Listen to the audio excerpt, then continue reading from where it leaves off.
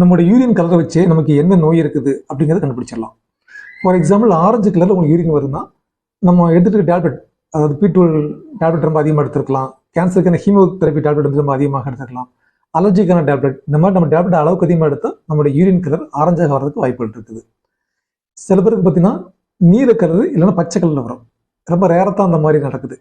இந்த மாதிரி வந்துன்னா கிட்னி கல் இருக்கிறதுக்கான வாய்ப்புகள் இருக்குது, கிட்னி சம்மந்தமான பிரச்சனைகள் இருக்கிறதுக்கான வாய்ப்புகள் இருக்குது. நம்ம எடுக்கிற சாப்பாட்டு மூலமாகவும் யூரின் கலர் மாறும் அப்படிங்கிறத நீங்கள் மறந்துடக்கூடாது. அதுக்கு பெஸ்ட் எக்ஸாம்பிள், சிகப்பு கலரில் சம்டைம் யூரின் வரும். அப்படி வந்து நம்ம பீட்ரூட்டு, பிளாக்பெரி இந்த மாதிரி ஏதோ சாப்பிட்டா கூட அந்த மாதிரி யூரின் வரதுக்கான வாய்ப்புகள் இருக்குது.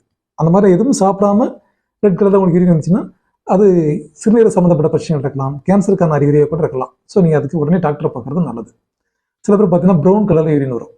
நம்மளுடைய உடம்புல தண்ணீர் பற்றாக்குறை இருந்தாலும் ப்ரௌன் கலரில் வரதுக்கான வாய்ப்புகள் இருக்குது. அப்போ நிறைய தண்ணியை எடுத்துக்கங்க. அப்படி எடுத்து அந்த கலர் மாறலாம், கிட்னி சம்மந்தப்பட்ட ஏதோ பிரச்சனை இருக்குன்னு அர்த்தம்.